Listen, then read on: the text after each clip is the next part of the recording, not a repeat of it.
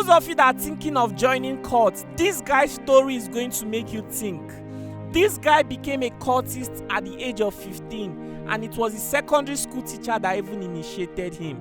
This story is going to make you think, because this guy made a lot of bad decisions, but today he has given his life to Christ and is here to tell his story. We were given money then by one of the prominent men in the town that we should go and move a ballot box, because then I had 2 guns then.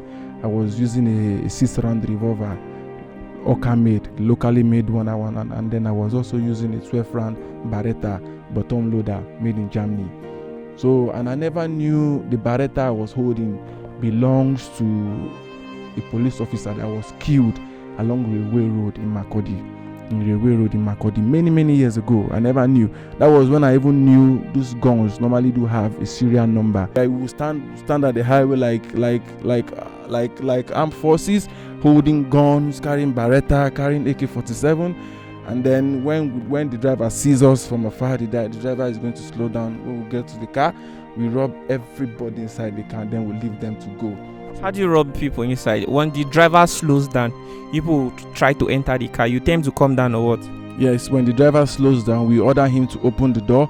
When he opens the door, and then we go inside. When like 2-3 persons go inside, they silence everybody, and then we have some of us at the extreme end of the road checking to know if any other vehicles are coming. There are churches in Makurdi with 150 congregation, with 200 congregation. We do go to rob them when these churches are holding night vigils in the night.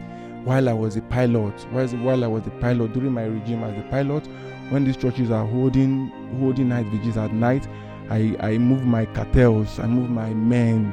We go to the churches, we rob everybody in the church. Hi, my name is Awolola Waleola.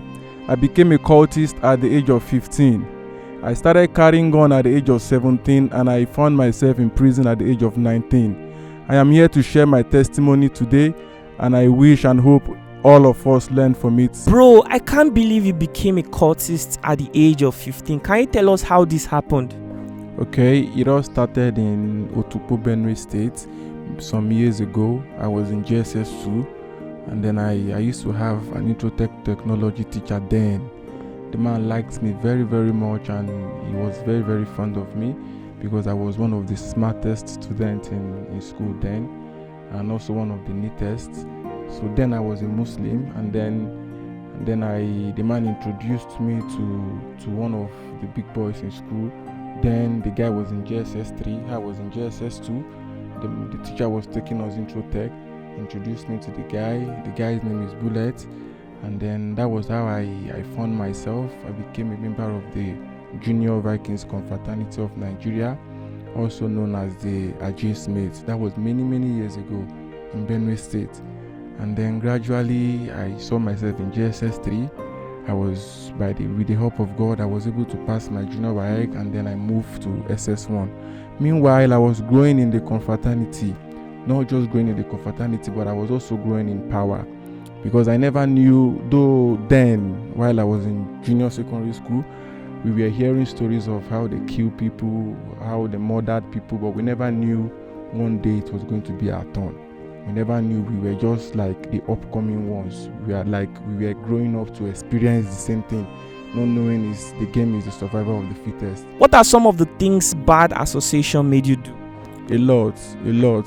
I will start from my academic, from the educational aspects. I started going down in my education. I used to be a very brilliant student. And even if I don't read, I pass my exams. And then I have a lot of friends back then in school that I know they were only close to me because I was very intelligent.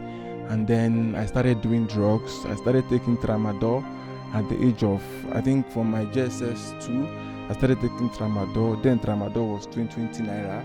I normally do buy a card then for 80 naira, 100 naira a card. Then I was taking Refnol. I was taking codeine. This was during the time of when codeine was sold very cheap. I was doing all sorts of drugs, and then by the time I got to SS1, I was already addicted to these drugs. Very much addicted to that. I can't even go a day without taking it.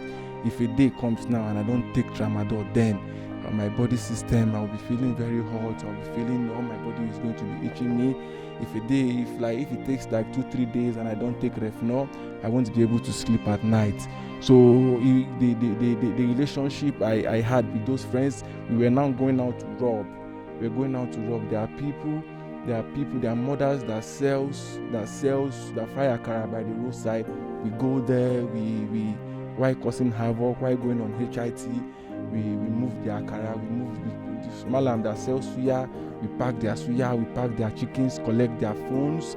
We were causing a lot of havoc in the community. It even got to a stage where we were giving money by one of, then I was in Junior Vikings confraternity. We were giving money then by one of the prominent men in the town that we should go and move a ballot box. And then we succeeded in moving the ballot box then, many years ago, while still in Benue State. We succeeded in moving the ballot box. We were only 4 in number. We went there, we moved the ballot box, and then I was still a member of the Junior Vikings confraternity. But when I leveled up, that was when I became a bagger, as is officially known. That was when I knew what I was into. I was now seeing myself. I was carrying gun. I was seeing myself carrying cutlasses. I was seeing myself.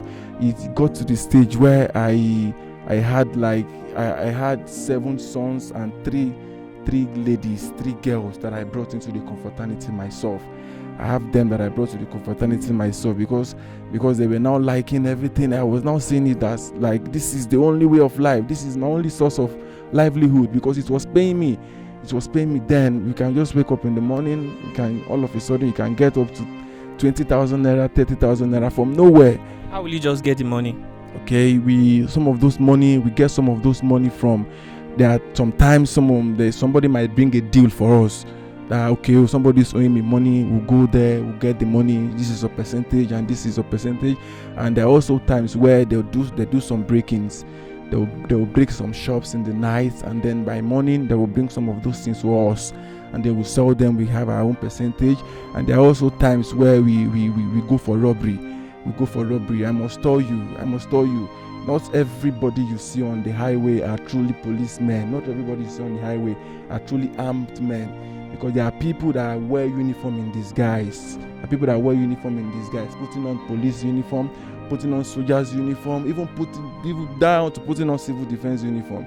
And then if we were able to rob 2-3 Macapolo for like 2-3-4 weeks, 2-3-4 months, we are going to be very, very much okay. What's Macapolo? Okay, Macapolo is one of those big cars that take up to that. Okay, those big buses. Big buses that have a lot of passengers.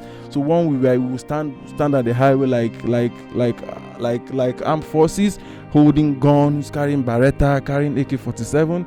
And then when the driver sees us from afar, the driver is going to slow down. When we get to the car, we rob everybody inside the car, then we leave them to go.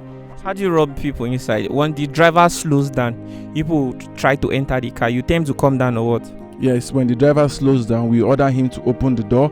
When he opens the door, and then we go inside. When like 2-3 persons go inside, they silence everybody, and then we have some of us at the extreme end of the road checking to know if any other vehicles are coming. And then when we succeed in doing that, we just tell them to go. Immediately they leave, we change our location from there to another different location, or for the night, we are done for the night. And gradually, I was doing all this. I was making money. I was getting money out of it. It got to the stage where there are some churches in Makurdi, North Bank to be precise. There are churches in Makurdi with 150 congregation, with 200 congregation. We do go to rob them when these churches are holding night vigils in the night.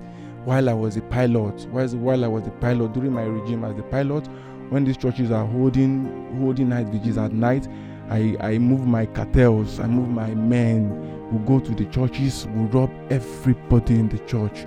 I'm not saying this. I'm just saying it to glorify the name of Christ.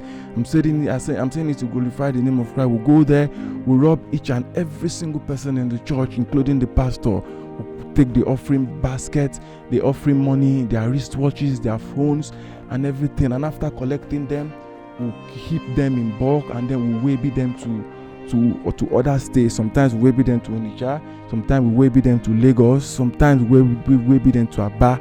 We be them there, they buy them and then they send us money. So I also want to use this medium to tell people, not all phones you buy, saying you're buying London used phones, not all of them are clean phones, or not all of them come from a clean and from a legit source. So gradually I was doing this, and I thought I was living life. I thought that was the reason for my living. I was doing it. So gradually I finished my secondary school. The day I finished my secondary school, the day we had our graduation, like I said, I had been initiated into the Supreme Vikings Confraternity the night I was finishing my WAEC. So the graduation was after the WAEC. So after the initiation, after the day of my graduation, I was putting on white. I wore white from home, and then when I went for the graduation, not knowing that something bad had been planned to happen that day. And then I was like a newborn baby on board the ship. Because initially I was sailing on the boat, being the member of the Junior Vikings Confraternity. I was sailing on the boat, but when I became a member of the Supreme Vikings Confraternity, I was now sailing on the ship. So gradually, I never knew the ship had been designed or ordained to meet that day, to have an anchorage that day at the place of our graduation. So when I got there, after the merriment and after everything, God so kind. I just escorted my girlfriend. Immediately my girlfriend left the place. On my coming back to the place, they started gunshots, and then this happened precisely in Otukpo. And then they started fighting. A particular guy was killed that night. And then when I saw them killing the guy, brothers and sisters, I must tell you the sincere truth, life ran out of me, because I was standing there and the guy was dying. The guy was bleeding and he was gasping. He was struggling for life right on the floor. I was standing there, I couldn't do anything, and nobody's permitted to leave. We stood there until this guy died. So when I got home that night, I couldn't sleep. All my clothes were soaked with blood. So my mom asked me, my parents are Muslims, so my mom asked me, how come your clothes is soaked with blood? And then I denied it, that they were fighting, and I tried to rescue somebody. But meanwhile, my dad has been saying it, that this guy is now a cultist, this guy has belonged to a cult group. May they no come house, can't kill him. Because I grew up in a place where if they come to your house and they don't see you, they might harm any of your loved ones. Several times it has happened. Several times. So I finished my secondary school. The year I finished my secondary school, the next year, I was given another position in the confraternity. They increased my rank, which came as a result of a HIT we pulled. What's the meaning of HIT? Okay, the meaning of HIT is to go for somebody, to go for hit, to go to deliver, to go to look for a particular person. That's the meaning of HIT. To go bring down somebody. Yeah, to go bring down somebody, to go kill somebody. That's the meaning of HIT. So this particular day, when we got to the place, the guy was not at home, and then my strike chief hit the door. The door came down. When the door came down, the guy's mom was inside. Immediately the woman saw us, the woman fainted immediately. And then they were shouting, society and community were shouting, Tifo, Tifo, Tifo, Tifo, Tifo. And then when I saw the woman, something cold just entered me. I then carried the woman. I was like, Mama, we didn't come here for you, we came here for your son. Mama, but the woman has already lost her breath. So on order of my court members were shouting, let us go, this guy is not here, let us go. So that was how I left that woman. And then when I left the place, they started having a witness in my heart that you are now on the wrong path of life. Pray let it not be too late for you. My brothers and sisters, there was no way I could leave this confraternity. There was no way, because I was going in power, I was being influential, I was given the opportunity to meet some men of dignitaries, even in the state, and even in the police force, even in the armed forces. Because I must tell you the truth, some of these uniforms, some of those guns, and some of those things we use, they all came from them. I'm deciding not to show my face on this video for security reasons. So like I said, I was going in power, I was being influential. So the year after I finished my secondary school, the next year, I I was on the particular day I was in the house with my mom. So she was in the kitchen making something, and then I saw a friend, because the kind of home I came from, like I said, my parents are Muslim, so you can't come to my house. If my mom should see you in my house, I'm sorry, my name is sorry, I'm sorry for you, because the kind of mom I have, she's going to do, in fact, she don't even mind locking you up. So this particular day I was in the house, and then a friend of mine came, and then the guy said he have a friend that offended him, that let us go and look for the guy. I was like, and this guy not do me anything. He said, let's go and look for the guy. So I was like, okay, no problem. And then I went inside.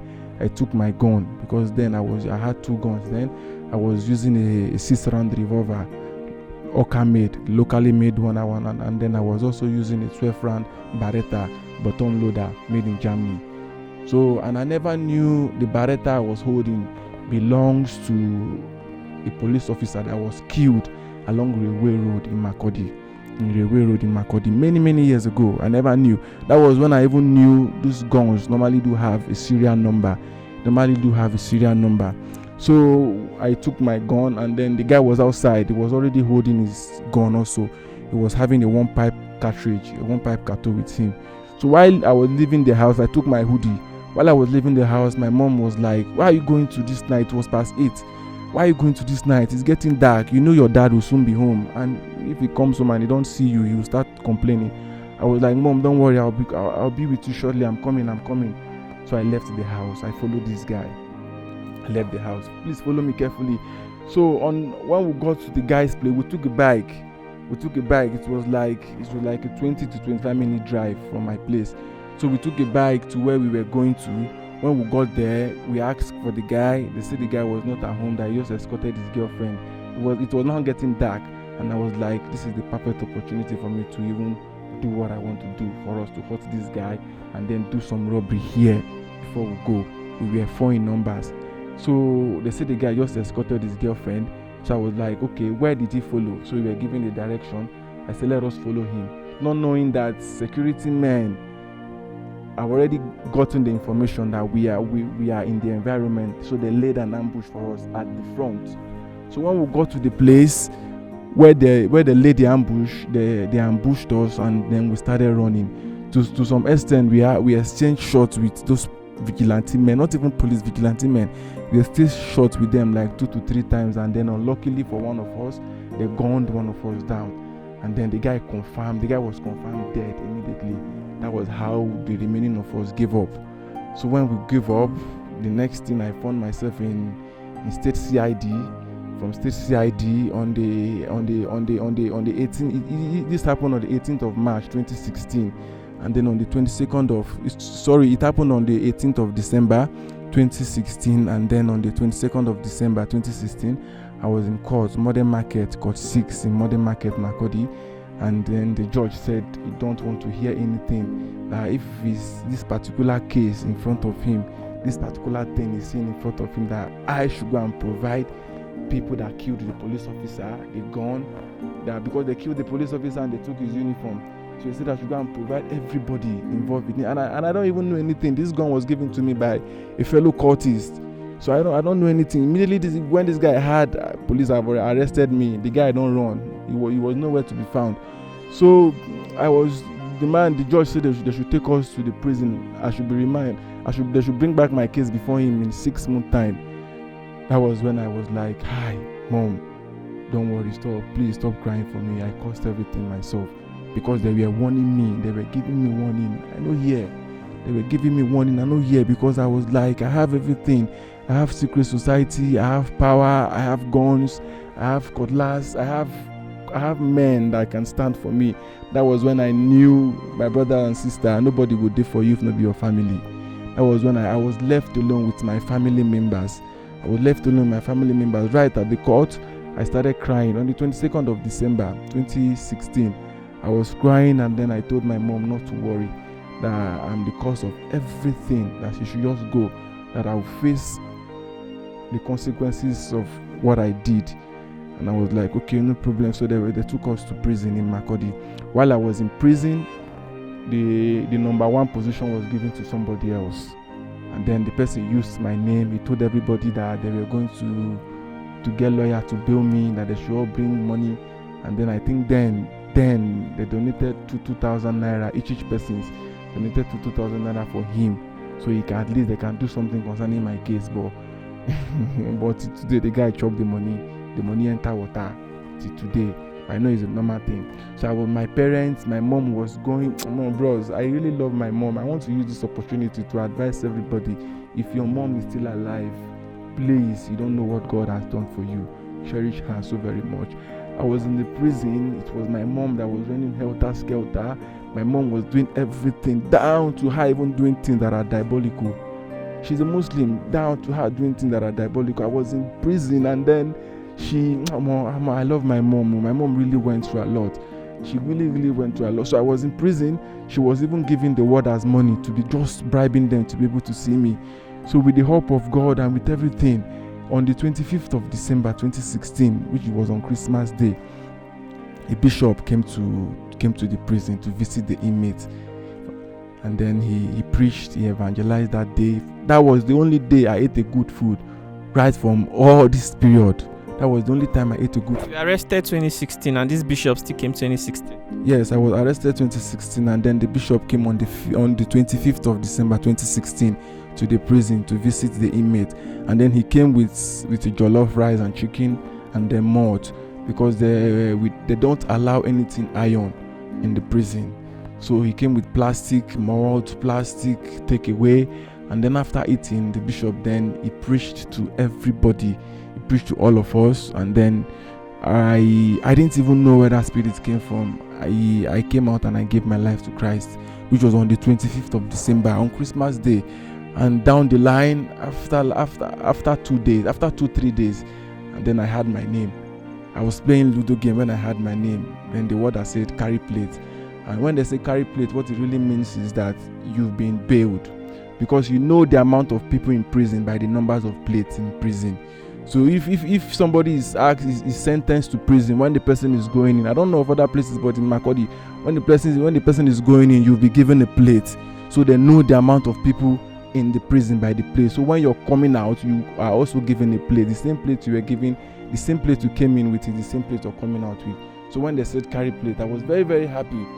To everybody were now, you this guy will come here whenever I even do 3 months. God don't do one for you, you don't go. If you like, maybe you come here again, you go see what you go carry your IC. And then people are there for 16 years, 20 years. My brothers and sisters, I will tell you, prison is not a good place to go to. Prison is not a good place to go to. People are really going through hell in this country. Some people have been forgotten in the prison. Innocent people, most of them.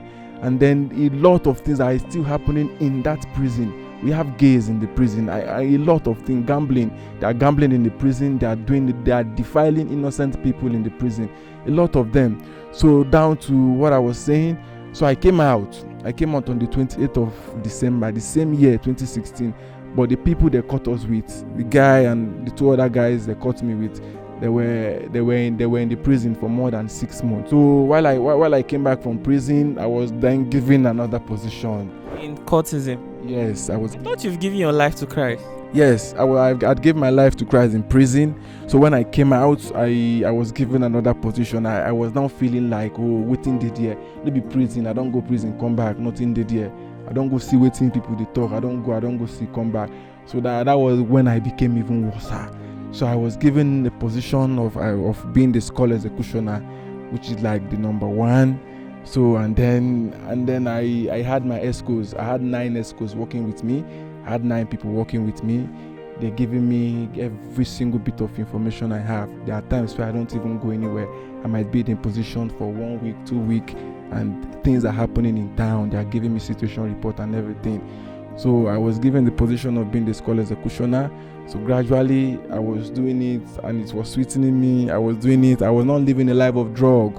We go to rob, we get wristwatches, we get good shoes, we get a lot of things, and then when we come back, we sell them. I was doing a lot of things. I was doing a lot of bad things. I became worse. Mom was crying, dad was crying. The whole families were complaining until one fateful day, a very, very close friend of mine was killed. And then the day he was killed, I got to his house. Some minutes before he was killed, I got to his house, And then I told him, bro, sorry, I'll be sleeping in your house for the night because I had plans of doing some robbery that day. Because I believed if I'm able to do some robbery that day, at least the next day I should have up to 150,000 naira and some phones, and some good phones that I can sell with me. So the guy said, he was like, okay, no problem, but I am not feeling too very well. For your sake, I am not going to be closing my door. Please, when you come inside, you make sure you close the door. And I was like, okay, no problem. I am going to meet my coordinator, so I'll get my guns from him. So on getting to my coordinator's place, he was not at home. So I told his neighbor to call him for me, a lady. So when the lady called him for me, when he heard my voice, he was like, I've been trying to call you, your number is not going through, where are you? And I told him I'm in his house. He said I should wait for him, that he's coming. So when I waited for him, after some seconds, he came to his house, and then he told me that this guy I just left his place now had just been killed. I was very, very surprised. This guy, I said I'll be sleeping in his house. Somebody I just left now had been killed. He said yes, that the guy has been killed, and he had already confirmed it. And these are people that fake news don't fly around. They don't spray fake news. So I knew it was true that this guy had been killed. That was how he gave me the gun. He gave me a very big torch, and then he gave me some slots. I was putting on combats. I loaded my pocket with some slots. I took the gun. What slot? The slot is the bullets for gun, 6mm slot. I loaded my pocket with slots, and then I left. So I wanted to pick a bike that very night, but I decided not to pick a bike because I felt I was the one they were looking for, not that guy. Because the guy told me he was not going to lock his door. He left his door open because of me. So I couldn't pick a bike. I had to walk my way down to his house. This was like a 40-minute walk. So when I got to his house, I was following corner, up and way. So when I got to his house, when his younger brother saw me, the younger brother immediately ran and held my shirt and was crying, "She, you have succeeded in killing my brother. She, you have succeeded in killing my brother. They came here, they were shouting your name. You were not here. She, you've succeeded in killing my brother." I was like, how did this happen? Brothers and sisters, when I opened the door, when I saw my friend on the bed, Jesus Christ, I can't even talk about it. They open this guy's head. They open his head with stabilizer, with screwdriver. As in the way they killed this guy, it was very, very bad. It was so very bad. I pray none of us witness such in Jesus' name. It was so very bad that they took like two rubber paint of blood from his house. They took 2 rubber paint of blood from his house. That was the day I now decided that no, I must revenge. No, I must do something. That was when I grouped my own cartels. I grouped my own men, and then we decided that we are going to turn the whole town upside down. So we were there, we gyrated, we formed the circle in his house. We were up to 150 in numbers. And then some men of dignitaries in the town, they came, they offered us money. Some gave us 150, another person gave us 50, another person gave us 170, that we should go and buy what we want to buy with it. And then somebody volunteered. The person came with a lot of machetes, almost 20-something machetes for us. And then we were going to buy slots. We ordered for some slots with the money, from the money. And then somebody came up with an idea. Instead of getting slots, why not just buy fuel? When we buy fuel, we burn up houses, so we know we've done the best. So we said, okay, no problem. Then I was on drugs. I had taken up to 4 sachets of Refnol that same day.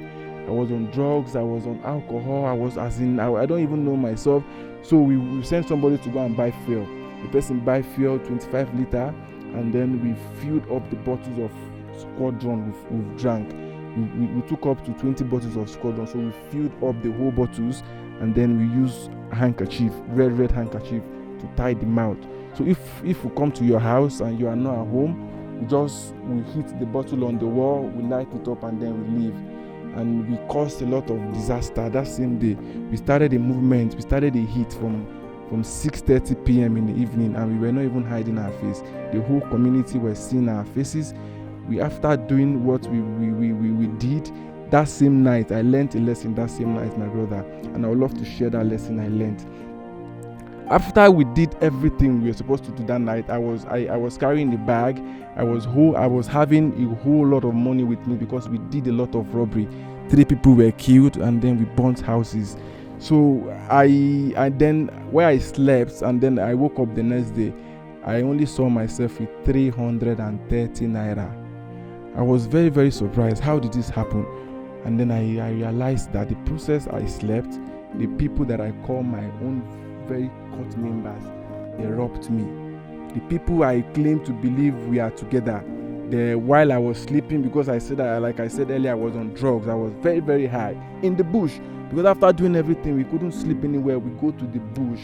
We trekked up to 2 hours.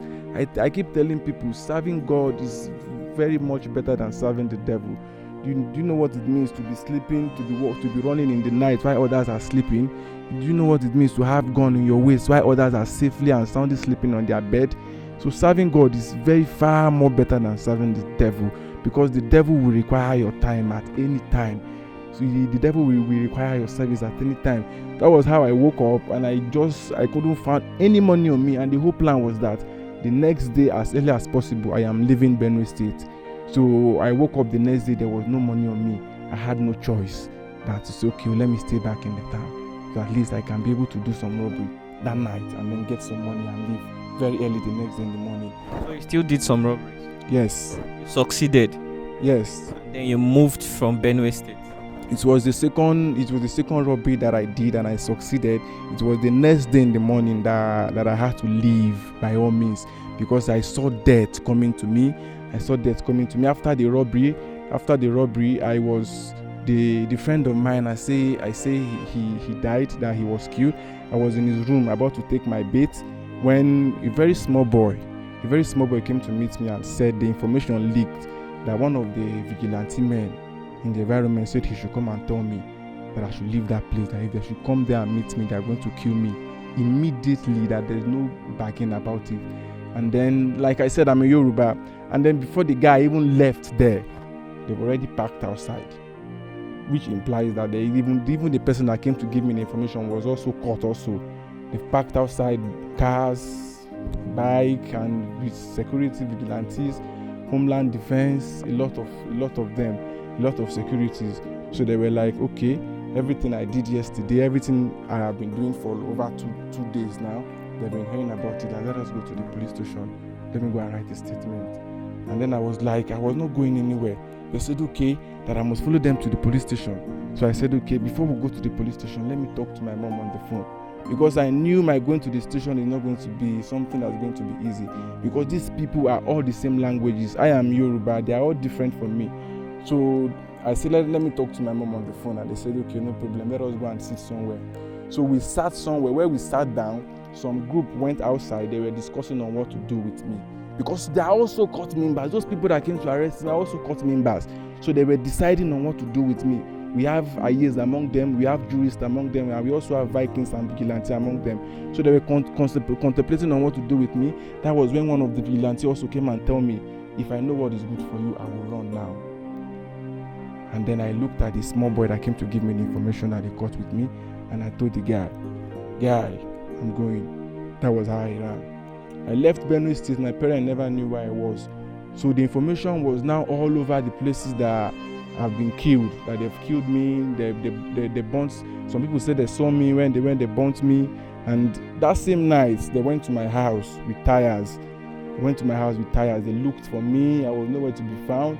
They said my mom should bring me out. My mom don't even know my whereabouts. My mom, because I had already left Benue that same day. So my parents were looking for me. Everybody were looking for me for 2 to 3 months. Some people even thought I was dead. When it was after like 2 to 3 months, when I left, that they started calling me. The same day I left, I got an information that Suzu person was killed. That in fact, most of the people I worked together with, most of the friends that we did those things together, it was when I left, I started getting information that they were killed. Some of them, they were set up. Some people set up them, they killed them. The same people we worked together, they set up them, they killed them. And then after 2-3 months, I was able to contact my mom. And I contacted my mom because a friend of mine that knows my family very well, the guy had to tell me that my mom is in the hospital and she's feeling very, very bad because of me. My brother and sisters, I must tell you the very truth. My mom has been through a lot because of me. That is why if Pikin begin showing Mama love today, my father has no even verse at all. because my mom had gone through a lot. May God bless all mothers that truly cares for their children. My mom, she has been everything to me. So like I said, a friend of mine now told me, that guy, if you see your mother nowhere because of you, she did think. That was when I contacted my mom. And then she was very, very happy. And then I told her about my location. I was in a village along Makodi Road. So she was very, very surprised. She was very, very happy I was even still alive. That was how she secretly came there without even telling anybody. She secretly came there, see me, and then she was not bringing me provision.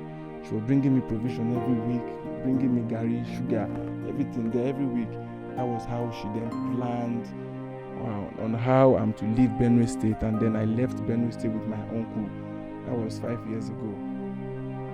Wow. So, wow, this is really a very long story, and man, I don't even know what to say. This is tragic. From 15 years old, I don't even know what to say. So let's talk about your life right now. So you left Benue State and you relocated. You started a new life. Yes, I left Benue State and I started a new life, but it wasn't really an easy one here. I say it wasn't easy because my uncle brought me to town here, and then my uncle brought me to town. Back then, if my uncle should come to Benue State visiting, the way he poses, you would think he's doing very, very well in town here. Not knowing that he's even a taxi driver, not even knowing that the wife was the one even paying for house rent. So with everything, the man has had my story. They've done a lot of things for me, but it wasn't really working then. So he then decided to bring me to town. He was the one I came to Abuja with. So I was in the house with him, and then the wife was going out. I noticed the wife would be giving me 200 naira every day. And then early in the morning, my uncle would have ran from home. So this woman did this continually for 2 to 3 months, and then the woman had to call me and told me that I'm going to be leaving her house. I'm going to leave her house. And that's just the only option I had. And then I was still a Muslim. I have to leave her house by all means. And I was like, okay, no problem. And I'm the kind of person that if I've decided something to do something, I've decided.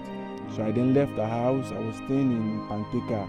Anybody that knows Ireke Panteka very, very well, I was staying in Ireke Panteka I stayed there for 4 months. I was staying there, and that was how on a particular day my spirit was down. I could see death coming. And then I met a woman, a lady. She's a white garment lady. She goes to white garment church. That was how she gave me a prophecy. And the prophecy didn't just come. The guy I was staying with in Panteka then, the guy was like, guy, come and do this our job, because these Babambola people, these people that picks container around, the guy was telling me to come and do their job because I was a Muslim. He was telling me to do their job, that I'm going to be seeing money, but I refused because something inside of me was rejecting it. So this particular day, this guy deliberately went home with his key because he had talked to me about doing their kind of job that I refused. What kind of job? Okay, this is a kind of job where they also steals, Babambola, if you know them very well. They steal, they come to your house very early in the morning, they'll come thief, they'll use charm for you while you are still asleep, they'll pack everything in your house, they will walk around with cutlass and scissors. So that was the kind of job that we were doing. So something. But you refused to join them and he pushed you out of his house? Yes, I refused to join them and he pushed me out of his house, and that was the day the miracle started happening. And then that was the night I was now looking for a place to sleep. I couldn't get a place to sleep, and then I saw a white garment church. The church was open. And then I was like, okay, let me even go there and even talk to this lady so she'll allow me to sleep. So when I got to the place, lo and behold, they were holding a night vigil that day. And then this lady said something. The lady said, you can sleep here, but let me tell you, you cannot be sleeping while these children are praying. So you say either you join us or you leave. And then I looked and I saw some little children that are not even up to my age, half, that are praying. White Garment Church. Then I decided to join them. So when I joined them in the praying, and then very early in the morning the next day, a message came for me. My brothers and sisters, Jesus Christ is very, very real. A message came for me, and the lady said, if you know that the same thing that happened to your dad, if you know you don't want the same thing to happen to you, you better fast and pray for 3 days. So immediately she said so, I felt very, very cold. I had the spirit, I had the witness inside of me that yes, that is what I need to do. So I then decided to do it. I had no choice because I could see everything were crumbling right before my both eyes. Everything were crumbling. I can't go back to Benue. If I go, they'll kill me. I can't, as in everything were crumbling. So I had no choice than to do it. So to the glory of God, after doing the fasting, she said I am to do dry fast. I'm not to eat anything that has pepper. I'm not to eat anything. This guy is taking time. Jesus. Okay, and then I met a lady that led me to Christ. That was in Karimo years ago, and then I started worshiping at Living Faith Church, Ireke Junction. Though it wasn't really easy for me because I was serving God, and then I was having some challenges like I was finding it difficult to stop masturbation. I was finding it difficult to stop smoking. I was finding it difficult to stop doing a lot of bad things I was doing then. But gradually, God was now changing my life. Gradually, as I go to church, as I listen to the word of God, my mind was being renewed. And then it happened like that, until finally I then met a lady that her name is called Sister Eucharia. God bless her so very much for me. She led me to Christ. Lastly, that was when I opened up my mind and everything to Christ, and then my life has changed. It has been a wonderful experience. I've had peace just like never before. I've had understanding. I have a sound mind, and then there is something about it.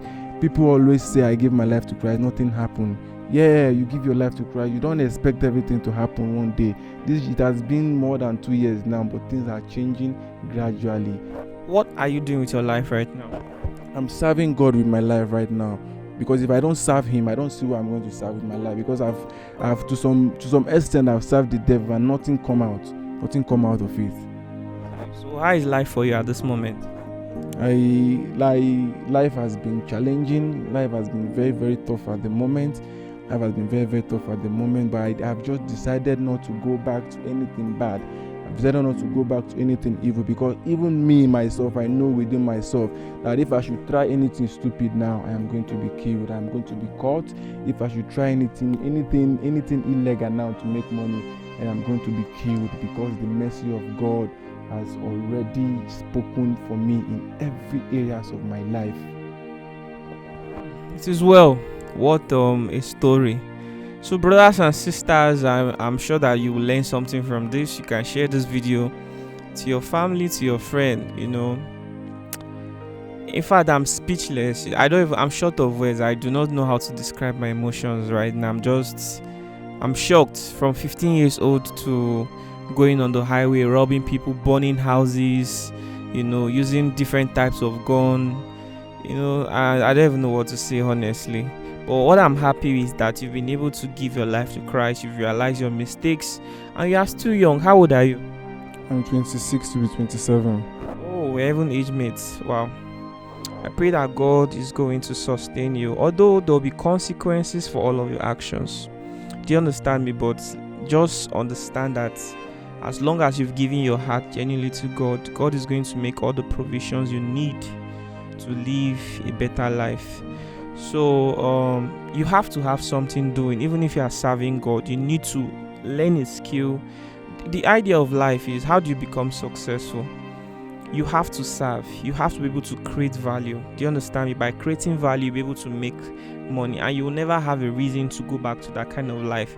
But if you are serving God and you don't have anything doing, I swear to you, you may never, even if you are resisting the temptation now to go back to sin, it will keep coming until you be able to make better decisions for yourself, have a sustainable means of making money, and that temptation will go and it will never return again. As long as you don't have anything doing with your life right now, the temptation will be going and coming.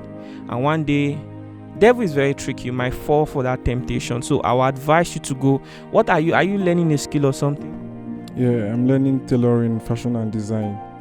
Okay, that's good. Do you have an accommodation? Where do you live right now? Since you say that you chased you out of the place you were staying. I don't have an accommodation right now.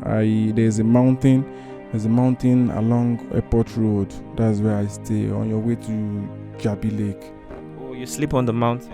Yeah, I sleep on the mountain. You don't have an accommodation? I don't have an accommodation. Okay, how much is accommodation? okay, if I'm to get an accommodation, it will cost me the sum of 200 to 250,000. Okay, 250,000. Yes, sir. Brothers and sisters, what do you think about this young man? Do you think we can help him? You've heard the story yourself, and I honestly do not know what to say. But one thing is, I mean, our Lucky Do Foundation is all about giving people a fresh start to life. Okay, so we'll not be able to do much for him, but for that accommodation of a thing, I think that's something we should be able to help him take care of. So we'll be asking him to go look for an affordable apartment, something that even after we pay for it, he'll be able to continue from where we stop. I'll also tell him to go learn his skill. Very important though, because that thing you are learning today is what is going to make way for you. Even if God wants you to do something else, but for you to sustain yourself to that point where God will pick you up and take you where you want to be, you have to have something doing. Do you understand me? Maybe this is your season of silence. Do not expect so much at this point in your life. This is that point where God wants to build you. Do you understand me? Yes, sir. I truly hope that all you've said is true and you've really given your life to Christ. We'll see how we'll be able to help you to bounce back. And he had to hide his identity because he has offended a lot of people and he has started a new life. So he doesn't want any form of anything from his past coming back to the present life he wants to live right now. So this is the reason why we had to cover his face. Alright guys, thank you so much for watching at this junction. We have to say bye to the viewers. The video is longer than our usual videos, so let's say bye. Thank you so much and bye.